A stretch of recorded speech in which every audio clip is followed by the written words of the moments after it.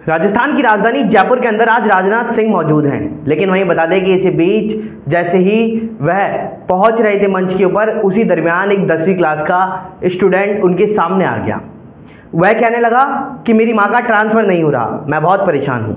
इसी को लेकर के राजनाथ सिंह ने पहले जब उनके सुरक्षाकर्मी थे उन्होंने उसको साइड में किया, लेकिन राजनाथ सिंह ने उसको वापस बुला करके उसकी बातचीत पूछी।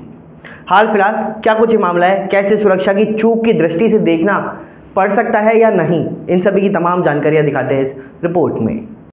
इसलिए कभी कभी मंदिर और मस्जिद में जाकर इबादत करना, दर्शन करना, पूजा करना, इसी को लोग आध्यात्म मानते हैं। सच्चाई है कि आध्यात्म नहीं है। दर्शन शास्त्र हो, गणित हो, आर्किटेक्चर हो, मेडिकल साइंस हो, नृत्य संगीत हो, मार्शल आर्ट हो या फिर अन्य कोई विधा हो, उन सब पर भी हमारी प्राचीन शिक्षा प्रणाली में साथियों विशेष ध्यान दिया गया है।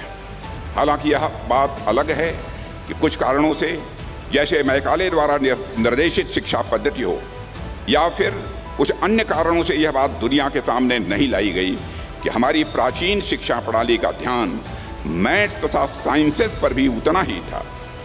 एक कारण यह हो सकता है कि उन्हें अपनी शिक्षा व्यवस्था को सुपीरियर दिखाना था तथा हमारी शिक्षा व्यवस्था को इन्फीरियर दिखाना था, इसलिए उन्होंने जानबूझकर ऐसा किया हो।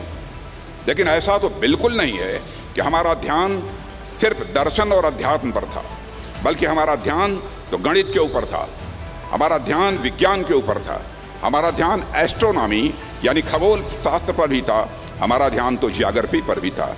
इन सारे विषयों पर था। साथियों, मेरे कहने का अर्थ है कि हम हमेशा से नॉलेज बेस्ड सोसाइटी रहे हैं और आज भी हमारा भारत नॉलेज बेस्ड सोसाइटी है। फिलहाल देश और दुनिया की तमाम बड़ी खबरों के लिए इतना ही। बने रहिए हमारे साथ। नमस्कार।